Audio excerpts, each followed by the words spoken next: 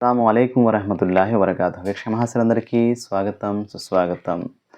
ఇస్లాం పరిచయం కార్యక్రమంలో భాగంగా ఈరోజు మనం హజరత్ ఆదం అలైహిస్సలాం వారి యొక్క సృష్టి దీని గురించి మనం తెలుసుకునేటువంటి ప్రయత్నం చేద్దాం. మేము మనిషిని కుళ్ళి బాగా ఎండిన మట్టితో సృష్టించాము. ఖురాన్ గ్రంథం 15వ అధ్యాయము 26వ ఆయత్. ఈ ఆయతులో తెలియపరచబడిన సృష్టి ప్రక్రియను బట్టి తెలిసేదేమిటంటే, ఆది మానవుడైన ఆదం అలైహిస్సలాం ఆకారం నానబెట్టిన కుళ్ళిన మట్టితో చేయబడింది. అది బాగా ఎండిన తరువాత అందులో ప్రాణం అనేది పోయడం జరిగింది. కుళ్ళి బాగా ఎండిపోయిన నల్లని మట్టితో నేను ఒక మానవుణ్ణి సృష్టించబోతున్నాను అని నీ ప్రభువు దూతలతో అన్నాడు. 15వ అధ్యాయము 28వ ఆయత్.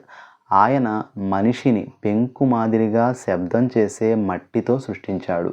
ఖురాన్ గ్రంథం 55వ అధ్యాయము 14వ ఆయత్.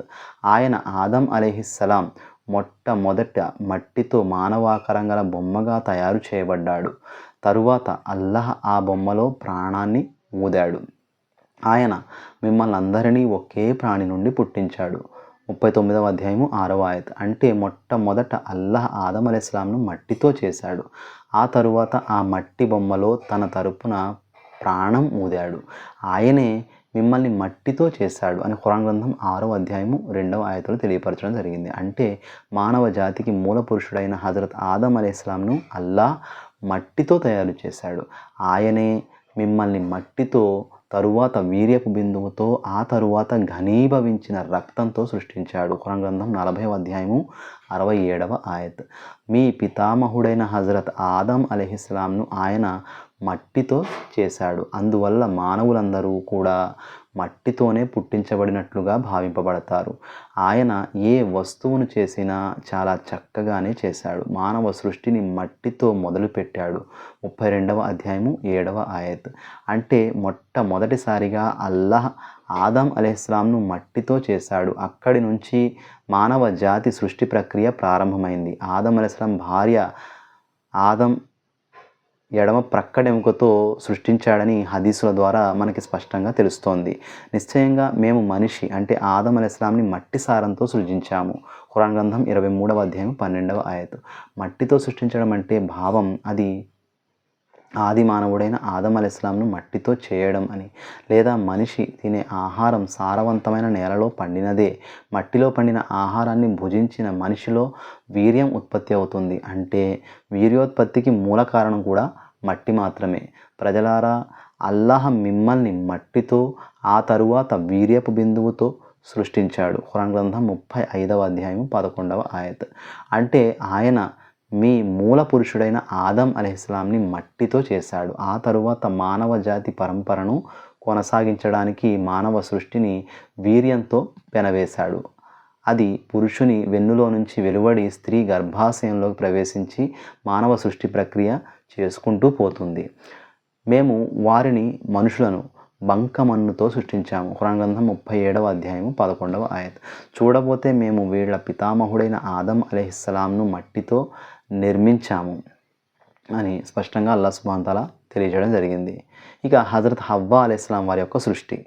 ఆయన మిమ్మల్ని అందరినీ ఒకే ప్రాణి నుండి పుట్టించాడు. మరి దానితోనే దాని జతను కూడా చేశాడు. 39వ అధ్యాయము 6వ ఆయత్. అంటే ఆయన హజరత్ హవ్వా అలైహిస్సలాంను హజరత్ ఆదం అలైహిస్సలాం వారి యొక్క ఎడమ ప్రక్కటెముకతో సృజించాడు. ఇది కూడా ఆయన అపురూపమైన సృష్టికి ప్రతిబింబమే. ఎందుకంటే హవ్వా అలైహిస్సలాం తరువాత మరే స్త్రీ సృజన కూడా పురుషుని ప్రక్కటెముకతో జరగలేదు. ఈ విధంగా సహజత్వానికి విరుద్ధంగా ఉన్న ఈమె సృష్టి ప్రక్రియ ఇది కూడా అల్లాహ్ అపారమైన శక్తికి ఒక నిదర్శనంగానే మనం చెప్పవచ్చు. మానవులారా, మిమ్మల్ని ఒకే ప్రాణి నుంచి పుట్టించి దాని నుంచే దాని జతను కూడా సృష్టించి ఆ ఇద్దరి ద్వారా ఎంతోమంది పురుషులను, స్త్రీలను వ్యాపింపజేసిన మీ ప్రభువుకు భయపడండి. 4వ అధ్యాయము 1వ ఆయత్. ఒకే ప్రాణి అంటే మానవుల మూల పురుషుడైన హజరత్ ఆదం అలైహిస్సలాం అని భావం. ఖలక మిన్హా ఔజాహా, దాని నుంచి దాని జతను సృష్టించడం.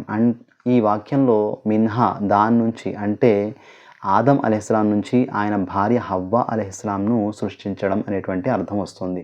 హజరత్ హవ్వా అలైహిస్సలాం హజరత్ ఆదం అలైహిస్సలాం నుంచి ఎలా సృష్టించబడిందన్న విషయంలో భిన్నమైనటువంటి అభిప్రాయాలు మనకు కనిపిస్తాయి. హజరత్ ఇబ్నే అబ్బాస్ రదియల్లాహు తాలా అన్హు వారి కథనం ప్రకారం హజరత్ హవ్వా అలైహిస్సలాం పురుషుని నుంచి అంటే ఆదం నుంచి సృజించబడింది. అనగా ఆయన ఆదం అలైహిస్సలాం యొక్క ఎడమ వైపు పక్కటెముక నుంచి సృష్టించబడింది అని భావం.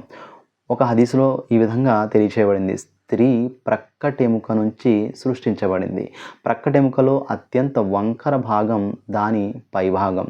ఒకవేళ నువ్వు గనక దాన్ని తిన్నగా చేయాలనుకుంటే అది విరిగిపోతుంది. నువ్వు గనక ఆమె ద్వారా ప్రయోజనం పొందదలిస్తే ఆ వంకర స్థితిలోనే ప్రయోజనం పొందగలవు. సహీ బుఖారీ కితాబు బదఇల్ ఖల్బ్లో మరియు సహీ ముస్లిం కితాబు రుజాయిలో ఈ విషయం తెలియపరచబడింది. ఈ హదీస్ వెలుగులో పండితులు హజరత్ ఇబ్నే అబ్బాస్ రదియల్లాహు తాలా అన్హు వారి ద్వారా తెలుపబడిన అభిప్రాయాన్ని సమర్థించారు. దివ్య ఖురాన్లోని ఖలక మిన్హా అనే పదం కూడా హజరత్ హవ్వా అలైహిస్సలాం సృష్టి హజరత్ ఆదం అలైహిస్సలాం నుండే జరిగిందన్న వాదానికి బలం చేకూరుస్తుంది.